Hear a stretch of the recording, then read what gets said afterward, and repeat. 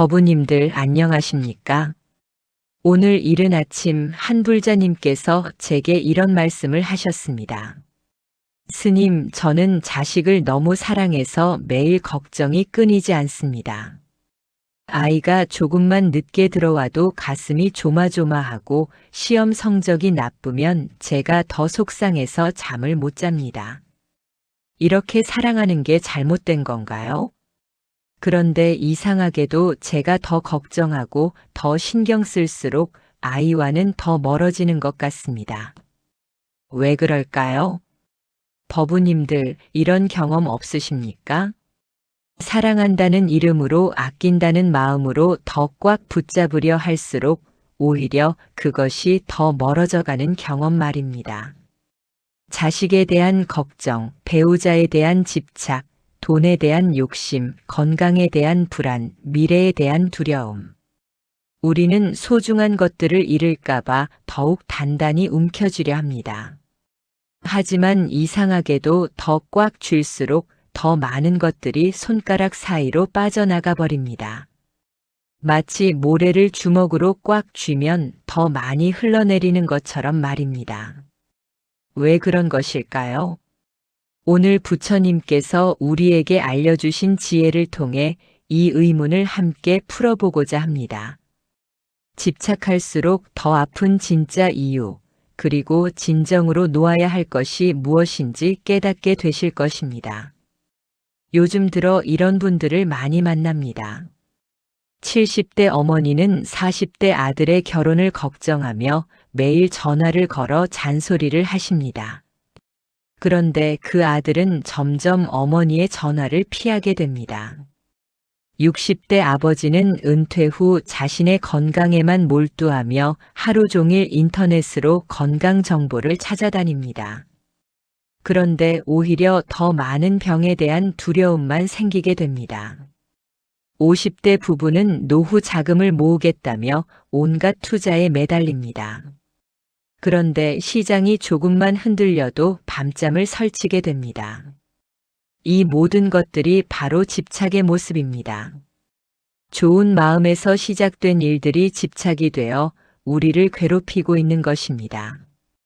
부처님께서는 이미 2500년 전에 이 문제의 핵심을 꿰뚫어 보셨습니다. 그리고 우리가 어떻게 해야 진정한 자유와 평안을 얻을 수 있는지 명확하게 가르쳐 주셨습니다. 오늘 함께 나누고 싶은 4가지 지혜가 있습니다. 첫 번째로는 집착의 진짜 정체가 무엇인지, 두 번째로는 집착이 어떻게 우리를 괴롭히는지, 세 번째로는 참된 노움이 무엇인지, 그리고 네 번째로는 일상에서 어떻게 실천할 수 있는지에 대해 말씀드리겠습니다. 이 4가지를 통해 법우님들께서는 마음의 진정한 자유를 경험하시게 될 것입니다. 그럼 지금부터 부처님의 지혜 속으로 함께 들어가 보시겠습니다. 첫 번째로 말씀드리고 싶은 것은 집착의 진짜 정체에 대한 이야기입니다. 많은 분들이 집착을 사랑이나 관심으로 착각하고 계십니다. 하지만 부처님께서는 집착과 사랑을 명확하게 구분해서 말씀하셨습니다. 금강경에서 부처님께서 이렇게 말씀하셨습니다. 마땅히 머무는 바 없이 그 마음을 일으킬지니라. 이 말씀의 의미는 어떤 것에도 얽매이지 않는 마음으로 자비를 행하라는 뜻입니다. 진정한 사랑은 자유로운 마음에서 나오는 것이고 집착은 두려움에서 나오는 것입니다. 예를 들어보겠습니다. 어머니가 자식을 사랑하는 마음과 자식에게 집착하는 마음은 다릅니다. 사랑하는 어머니는 자식의 행복을 위해서라면 자신의 바람을 내려놓을 수도 있습니다.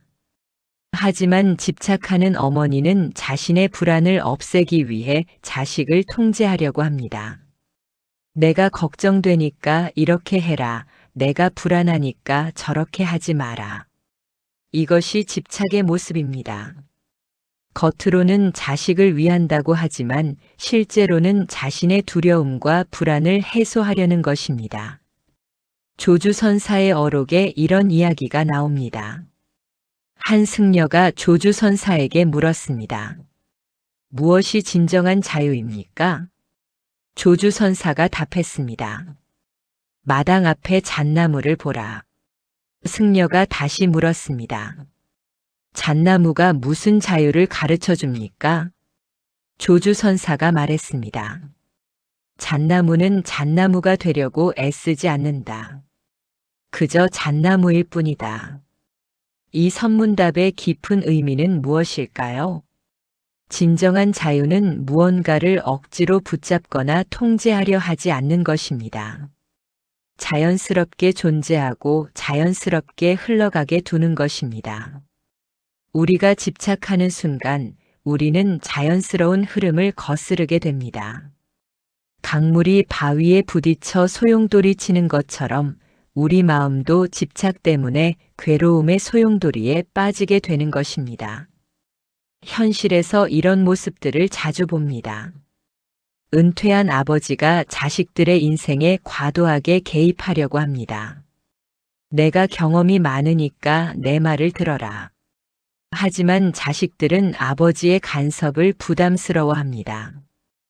아버지는 좋은 마음에서 시작했지만 결국 가족 관계만 틀어지게 됩니다. 또 어떤 분은 건강에 대한 집착 때문에 하루 종일 몸의 변화를 관찰합니다. 조금만 어딘가 아프면 인터넷을 뒤져 온갖 질병을 의심합니다. 건강해지려는 노력이 오히려 스트레스가 되어 건강을 해치게 됩니다. 이 모든 것들이 집착의 특징을 보여줍니다. 집착은 항상 두려움에서 출발합니다. 잃을까봐 두렵고 변할까봐 두렵고 내 뜻대로 안 될까봐 두려운 것입니다. 그래서 집착할수록 더 많은 두려움이 생기고 더 많은 괴로움이 생깁니다. 부처님께서 말씀하신 사성제의 두 번째 진리가 바로 이것을 가르쳐 줍니다. 괴로움의 원인은 가래이다. 여기서 가래란 바로 집착을 의미합니다. 목이 마른 사람이 물을 갈망하듯이 우리는 안전함을 갈망하고 확실함을 갈망합니다. 하지만 이 세상에 변하지 않는 것은 없습니다. 모든 것은 인연에 따라 생겨나고 사라집니다. 이것을 부처님께서는 재행무상이라고 하셨습니다. 우리가 집착하는 순간 우리는 이 자연스러운 변화의 흐름을 거부하는 것입니다. 마치 가을에 떨어지는 낙엽을 붙잡고 떨어지지 마라고 외치는 것과 같습니다. 그럴수록 우리는 더 괴롭고 더 지치게 됩니다. 법정 스님께서 생전에 이런 말씀을 하셨습니다. 집착은 사랑의 이름을 빌린 이기심이다. 정말 깊은 통찰입니다. 우리는 사랑한다고 하면서도 실제로는 우리 자신의 불안과 두려움을 해소하려고 합니다. 상대방의 진정한 행복보다는 우리의 마음의 편안함을 더 중요하게 생각합니다. 이것이 집착의 진짜 정체입니다. 그렇다면 우리는 어떻게 집착과 사랑을 구분할 수 있을까요? 간단한 기준이 있습니다. 내 마음이 편하기 위해 상대방이 변하기를 바란다면 그것은 집착입니다. 상대방이 진정으로 행복하기를 바라면서 내가 변할 준비가 되어 있다면 그것은 사랑입니다. 자식이 늦게 들어온다고 화를 낸다면 정말로 자식의 안전이 걱정되는 것일까요? 아니면 내가 불안해서 화를 내는 것일까요? 정직하게 들여다보면 대부분 후자입니다. 진정으로 자식의 안전이 걱정된다면 화를 내기보다는 자식과 대화를 나누고 서로의 마음을 이해하려고 노력할 것입니다. 이렇게 집착의 정체를 정확히 알고 나면 우리는 비로소 진정한 변화의 첫걸음을 내디딜 수 있습니다. 집착을 사랑으로 포장하지 말고 솔직하게 내 안의 두려움을 인정하는 것입니다. 아, 내가 지금 두려워하고 있구나. 내가 지금 통제하려고 하고 있구나. 이렇게 알아차리는 순간 집착의 힘은 절반으로 줄어듭니다. 무명에서 벗어나는 첫 번째 단계는 바로 이 알아차림입니다.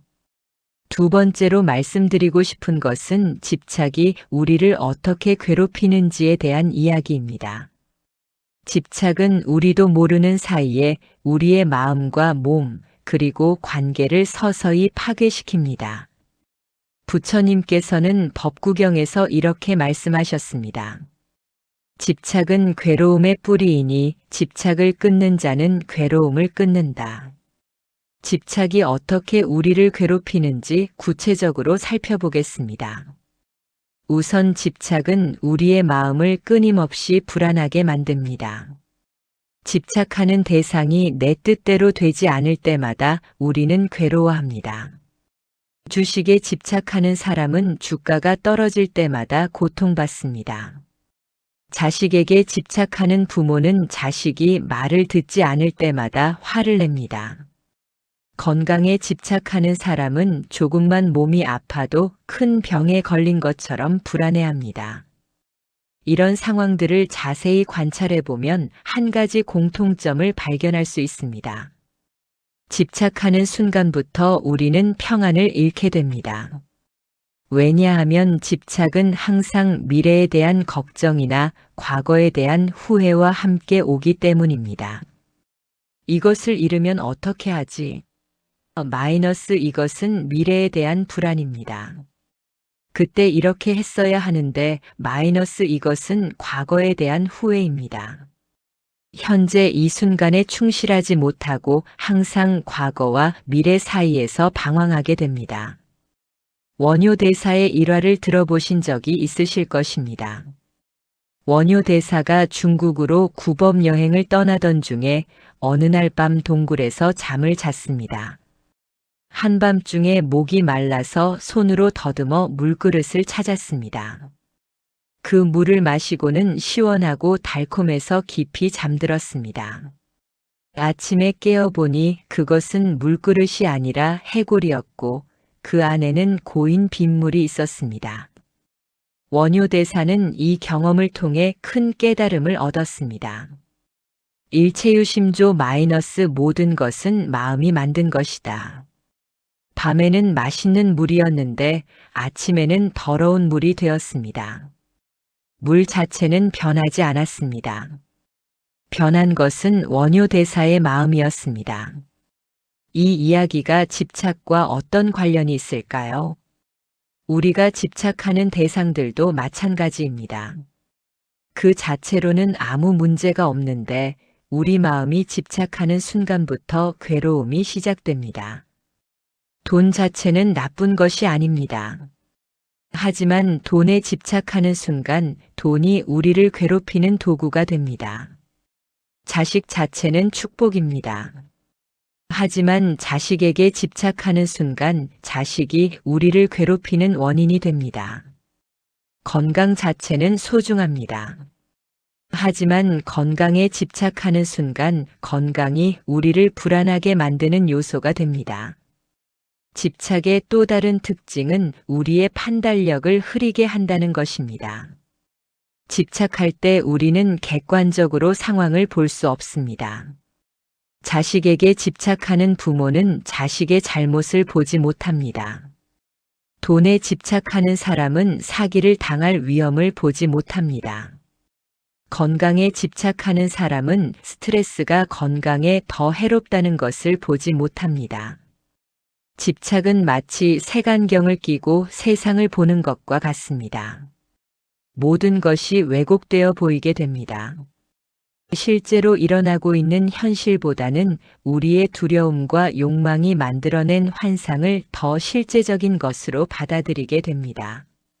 한 불자님의 실제 사례를 말씀드리겠습니다. 60대 어머니 분이 계셨는데 40대 아들의 결혼 문제로 매일 괴로워하고 계셨습니다. 아들은 좋은 직장도 다니고 성실한 사람인데 결혼을 하지 않는다는 이유로 어머니는 밤잠을 설쳤습니다. 다른 집 아들들은 다 결혼했는데 우리 아들만 왜 이럴까? 내가 뭘 잘못했을까? 혹시 며느리감을 너무 까다롭게 본 건 아닐까? 이런 생각들이 끊임없이 머릿속을 맴돌았습니다. 그러면서 아들에게 계속 결혼하라고 재촉했습니다. 소개팅을 주선하고 결혼정보회사에 등록시키려고 했습니다. 하지만 어머니가 더 애쓸수록 아들은 더 결혼을 피하게 되었습니다. 결국 모자 관계까지 나빠졌습니다. 이분이 상담을 받으러 오셨을 때 저는 이렇게 여쭤봤습니다. 정말로 아들의 행복을 걱정하시는 건가요? 아니면 다른 사람들의 시선이 걱정되시는 건가요? 잠시 침묵이 흘렀습니다. 그리고 이분이 눈물을 흘리며 말씀하셨습니다. 사실은 체면이 서지 않아서 그런 것 같습니다. 다른 사람들이 뭐라고 할까봐 두려웠어요. 이것이 바로 집착의 모습입니다. 아들의 행복이 아니라 자신의 체면과 불안을 해소하려는 것이었습니다. 이분이 자신의 집착을 알아차리고 내려놓기 시작하자 상황이 달라졌습니다. 아들에게 압박을 가하지 않게 되었고 대신 아들의 마음을 진정으로 이해하려고 노력했습니다. 그러자 아들도 마음을 열기 시작했고 모자 관계가 회복되었습니다. 그리고 얼마 후 아들이 스스로 좋은 사람을 만나 결혼을 하게 되었습니다. 집착을 놓았을 때 오히려 원하는 결과가 나타난 것입니다. 이것이 바로 부처님께서 말씀하신 무의자연의 힘입니다. 억지로 하지 않을 때 자연스럽게 이루어지는 것입니다. 집착은 또한 우리의 관계를 파괴시킵니다. 집착하는 사람은 상대방을 하나의 독립적인 인격체로 보지 못합니다. 내 불안을 해소해주는 도구로, 내 욕구를 충족시켜주는 수단으로 보게 됩니다. 그러면 상대방은 숨이 막히고 부담스러워합니다. 사랑받기보다는 구속받는다고 느끼게 됩니다. 결국 관계는 파괴되고 집착하는 사람은 더 큰 상실감을 경험하게 됩니다. 집착의 가장 무서운 점은 중독성이 있다는 것입니다. 한번 집착하기 시작하면 점점 더 강하게 집착하게 됩니다. 처음에는 자식이 늦게 들어와도 괜찮다 했는데 점점 더 일찍 들어오기를 바라게 됩니다. 처음에는 조금의 돈만 있어도 만족했는데 점점 더 많은 돈이 필요하다고 느끼게 됩니다. 이것이 바로 부처님께서 말씀하신 가래의 특징입니다. 갈증은 물을 마셔도 더 갈증을 느끼게 만듭니다. 짠물을 마실수록 더 목이 마르는 것과 같습니다. 집착도 마찬가지입니다. 집착으로는 진정한 만족을 얻을 수 없습니다. 일시적인 안도감은 줄 수 있지만 근본적인 불안과 두려움은 해결되지 않습니다. 오히려 더 큰 집착을 만들어낼 뿐입니다. 그렇다면 우리는 이 집착의 고리를 어떻게 끊을 수 있을까요? 그 답이 바로 세 번째로 말씀드릴 내용입니다. 세 번째로는 참된 노움이 무엇인지에 대해 말씀드리겠습니다. 많은 분들이 노움에 대해 오해를 하고 계십니다. 놓는다는 것이 포기한다는 뜻으로, 무관심해진다는 뜻으로 생각하시는 분들이 있습니다. 하지만 부처님께서 가르치신 진정한 노움은 그런 것이 아닙니다. 반야심경에 나오는 유명한 구절이 있습니다. 색즉시공 공즉시색. 형상이 바로 공이고 공이 바로 형상이라는 뜻입니다. 이 말씀의 깊은 의미를 이해하면 참된 노움이 무엇인지 알 수 있습니다. 모든 것이 공하다는 것은 아무것도 없다는 뜻이 아닙니다. 모든 것이 상호 의존적으로 연결되어 있어서 독립적으로 존재하는 것은 없다는 뜻입니다.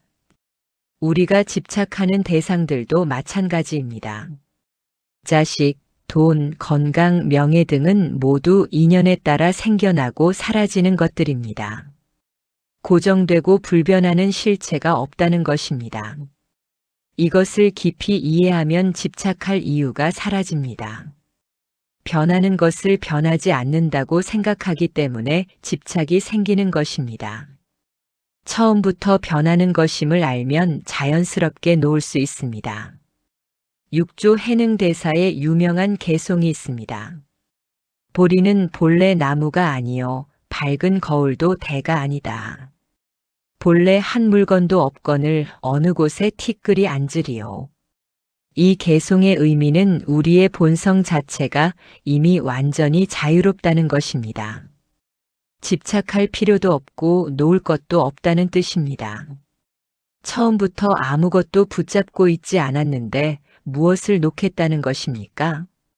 하지만 우리는 착각 속에서 무언가를 붙잡고 있다고 생각합니다. 마치 꿈속에서 호랑이에게 쫓기고 있다가 깨어나는 것과 같습니다. 꿈에서 깨어나면 처음부터 호랑이는 없었다는 것을 알게 됩니다. 집착도 마찬가지입니다. 깨어나면 처음부터 붙잡을 것도 없었다는 것을 알게 됩니다. 그렇다면 구체적으로 어떻게 놓을 수 있을까요? 첫째, 알아차림의 힘을 기르는 것입니다. 집착하고 있는 자신을 알아차리는 것이 첫 번째 단계입니다. 아, 내가 지금 집착하고 있구나. 내가 지금 통제하려고 하고 있구나. 내가 지금 두려워하고 있구나. 이렇게 알아차리는 순간 집착의 힘은 약해집니다. 무명 상태에서는 집착에 완전히 사로잡혀 있지만 알아차리는 순간 한 걸음 물러서서 객관적으로 볼 수 있게 됩니다. 둘째, 무상을 명상하는 것입니다. 모든 것이 변한다는 진리를 깊이 관찰하는 것입니다. 내 몸도 변하고 내 마음도 변하고 내 주변 상황도 모두 변합니다. 변하지 않는 것은 아무것도 없습니다. 이것을 머리로만 아는 것이 아니라 깊이 체험해야 합니다. 아침에 일어나서 거울을 볼 때 이 몸도 변하는구나 하고 관찰해 보십시오. 가족들의 얼굴을 볼 때 이 사람들도 늙어가는구나 하고 관찰해 보십시오. 길을 걸으면서 나무들을 볼 때 이 나무들도 계절에 따라 변하는구나 하고 관찰해 보십시오. 이런 관찰을 계속하다 보면 자연스럽게 집착이 약해집니다. 변하는 것에 매달리는 것이 얼마나 헛된 일인지 깨닫게 됩니다. 셋째, 자비명상을 실천하는 것입니다. 집착은 이기적인 마음에서 나옵니다. 내가 편하고 싶고 내가 안전하고 싶은 마음에서 나옵니다. 하지만 자비는 이런 이기심을 녹여버립니다. 모든 존재들이 행복하기를 바라는 마음을 기르면 자연스럽게 집착이 사라집니다. 자비 명상을 할 때는 이렇게 해보십시오. 모든 존재가 행복하기를 바랍니다. 모든 존재가 괴로움에서 벗어나기를 바랍니다. 모든 존재가 평안하기를 바랍니다. 처음에는 가족부터 시작해서 점차 범위를 넓혀 가십시오. 나를 싫어하는 사람까지도 포함시키도록 연습하십시오. 이런 수행을 계속하다 보면 마음이 점점 넓어집니다. 좁은 마음에서 나오는 집착이 자연스럽게 사라지게 됩니다. 넷째, 현재 순간에 충실하는 것입니다. 집착은 항상 미래에 대한 걱정이나 과거에 대한 후회와 함께 옵니다. 하지만 현재 이 순간에는 집착할 것이 없습니다. 지금 이 순간 숨을 쉬고 있는 것, 지금 이 순간 심장이 뛰고 있는 것, 지금 이 순간 살아있는 것. 이런 것들에 감사하며 현재에 충실할 때 집착은 사라집니다. 일행선사의 개송 중에 이런 말씀이 있습니다. 선악을 생각하지 말라. 바로 이때가 상님의 본래 면목이다. 좋다 나쁘다 판단하지 말고 지금 이 순간 그대로 있어 보라는 뜻입니다. 집착은 항상 판단에서 시작됩니다. 이것은 좋은 것이니까 이르면 안 된다. 저것은 나쁜 것이니까 피해야 한다. 하지만 판단을 내려놓고 있는 그대로 받아들일 때 마음이 평안해집니다. 한 가지 구체적인 실천 방법을 말씀드리겠습니다. 매일 아침 일어나서 이렇게 다짐해 보십시오. 오늘 하루는 아무것도 통제하려 하지 않겠습니다. 일어나는 일들을 있는 그대로 받아들이겠습니다. 내 뜻대로 되지 않아도 화내지 않겠습니다. 처음에는 어려울 것입니다. 오랫동안 집착하는 습관이 몸에 배어 있기 때문입니다. 하지만 포기하지 마시고 꾸준히 연습하십시오. 어느 날 문득 마음이 정말 자유로워지는 순간을 경험하게 될 것입니다. 그 순간 부처님께서 말씀하신 해탈이 무엇인지 알게 될 것입니다. 참된 노음은 포기가 아니라 자유입니다. 무관심이 아니라 자비입니다. 체념이 아니라 지혜입니다. 모든 것을 놓았을 때 오히려 모든 것과 하나가 될 수 있습니다. 네 번째로는 일상에서 어떻게 실천할 수 있는지에 대해 구체적으로 말씀드리겠습니다. 아무리 좋은 가르침이라도 실천하지 않으면 소용이 없습니다. 부처님께서도 수행 없는 깨달음은 없다고 말씀하셨습니다. 도심경에 이런 구절이 있습니다. 일념불생 전체현 육군돌전 미련폭. 한 생각도 일으키지 않으면 전체가 나타나고 육군이 돌아서면 미로와 같은 번뇌가 터진다는 뜻입니다. 실제 생활에서 마음을 다스리는 구체적인 방법들을 제시해 드리겠습니다. 첫째, 호흡 명상을 통한 집착 놓기입니다. 집착하는 마음이 일어날 때마다 즉시 호흡에 집중하는 연습을 하십시오. 깊게 들이쉬면서 놓습니다라고 마음속으로 말하십시오. 천천히 내쉬면서 자유롭습니다라고 말하십시오. 이것을 몇 번 반복하면 집착하는 마음이 자연스럽게 가라앉습니다. 예를 들어 자식이 늦게 들어와서 화가 날 때 즉시 이 호흡 명상을 해보십시오. 화를 내기 전에 잠깐 멈추고 깊게 호흡하십시오. 그러면 화는 줄어들고 자식을 이해하려는 마음이 생길 것입니다. 주식이 떨어져서 불안할 때도 마찬가지입니다. 공포에 사로잡히기 전에 호흡에 집중하십시오.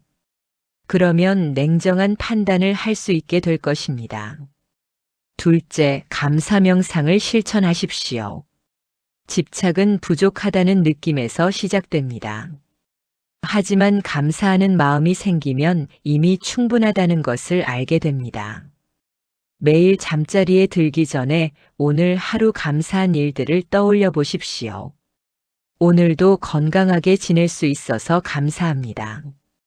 가족들과 함께 식사할 수 있어서 감사합니다.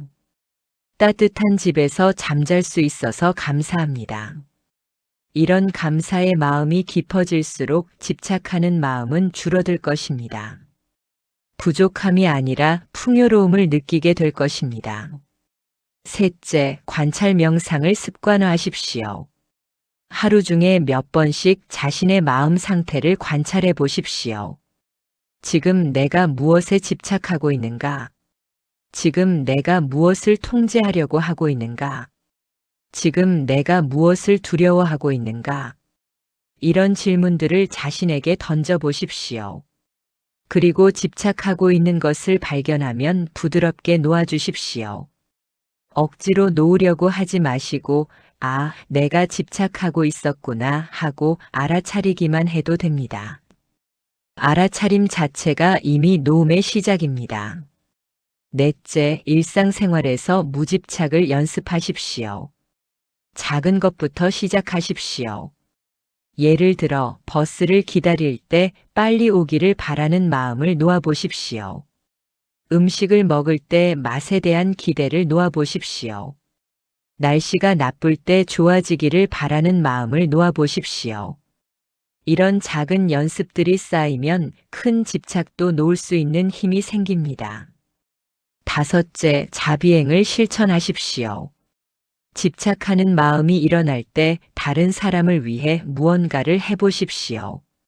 자식 걱정으로 마음이 답답할 때는 다른 어려운 사람을 도와보십시오.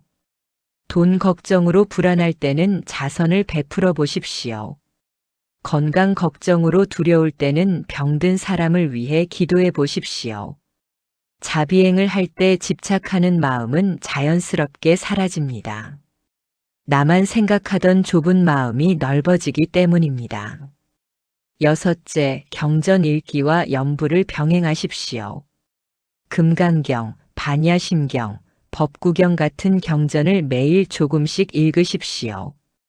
부처님의 지혜가 우리 마음에 스며들어 집착을 녹여줄 것입니다. 또한 나무 관세음 보살이나 나무 아미타불 같은 연불을 자주 하십시오.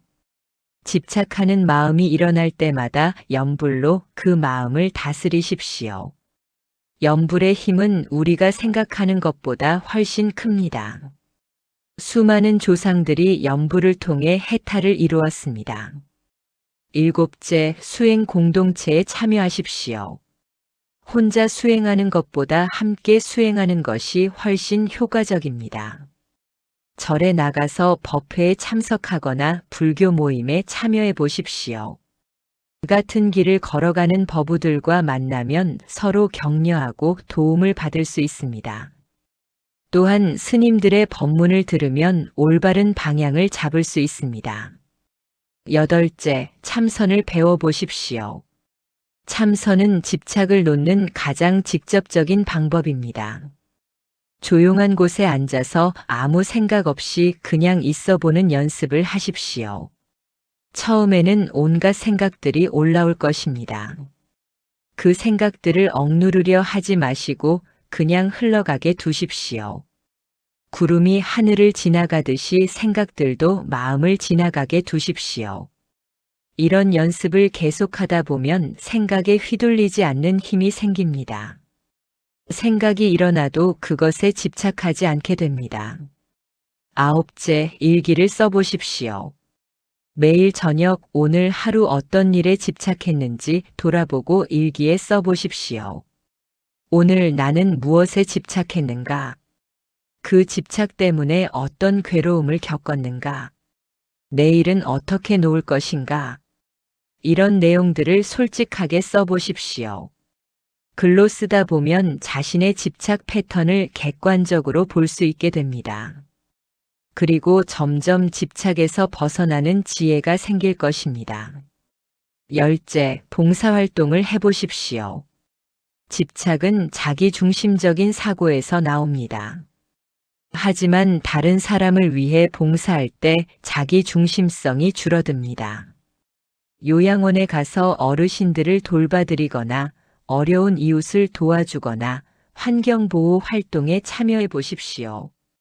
봉사를 통해 내려놓는 기쁨을 경험하게 될 것입니다. 주는 것이 받는 것보다 더 행복하다는 것을 깨닫게 될 것입니다. 이 모든 실천법들 중에서 자신에게 맞는 것들을 골라서 꾸준히 해보십시오. 한꺼번에 모든 것을 다 하려고 하지 마시고 하나씩 차근차근 익혀나가십시오. 가장 중요한 것은 꾸준함입니다. 하루 이틀 하고 그만두면 소용이 없습니다. 매일 조금씩이라도 꾸준히 실천하는 것이 중요합니다. 부처님께서 말씀하셨습니다. 물방울이 모여 바다가 되고 티끌이 모여 산이 된다. 작은 실천들이 모이면 큰 변화를 만들어낼 수 있습니다. 지금까지 집착할수록 더 아픈 이유와 참된 노움에 대해 말씀드렸습니다. 정리해보면 이렇습니다. 첫째, 집착의 진짜 정체는 사랑이 아니라 두려움에서 나오는 이기적인 마음이라는 것을 깨달아야 합니다. 둘째, 집착은 우리의 마음을 불안하게 하고 판단력을 흐리게 하며 관계를 파괴시킨다는 것을 알아야 합니다.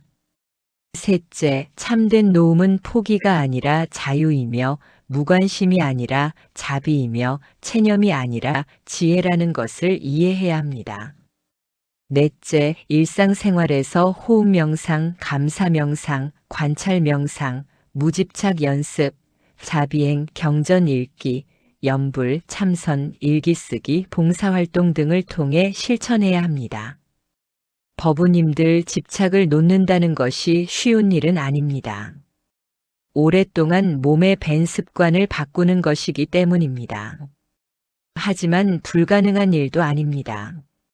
이미 수많은 선조들이 이 길을 걸어서 해탈을 이루었습니다. 우리도 그들처럼 할 수 있습니다. 다만 조급해하지 마시고 꾸준히 정진하시기 바랍니다. 가끔 다시 집착하는 마음이 일어나더라도 자신을 탓하지 마십시오. 그것은 자연스러운 일입니다. 중요한 것은 다시 알아차리고 다시 놓는 것입니다. 넘어져도 다시 일어서고 길을 잃어도 다시 찾는 것입니다. 부처님께서는 우리 모두가 부처가 될 수 있는 불성을 가지고 있다고 하셨습니다. 집착에 사로잡혀 있는 지금 이 순간에도 우리 안에는 자유롭고 평안한 본성이 있습니다. 그 본성을 믿고 꾸준히 정진하시기 바랍니다. 오늘 이 법문이 법우님들의 마음에 작은 씨앗이라도 심어지기를 발언합니다. 그 씨앗이 자라서 해탈의 큰 나무가 되기를 발언합니다. 모든 존재들이 집착의 괴로움에서 벗어나기를 발언합니다. 모든 존재들이 진정한 자유와 평안을 얻기를 발언합니다. 오늘 법문 들어주셔서 고맙습니다. 좋아요와 댓글로 다른 법우님들에게도 이 지혜가 전해지도록 도와주시기 바랍니다. 항상 건강하시고 평안하시기를 기원합니다. 나무관세음보살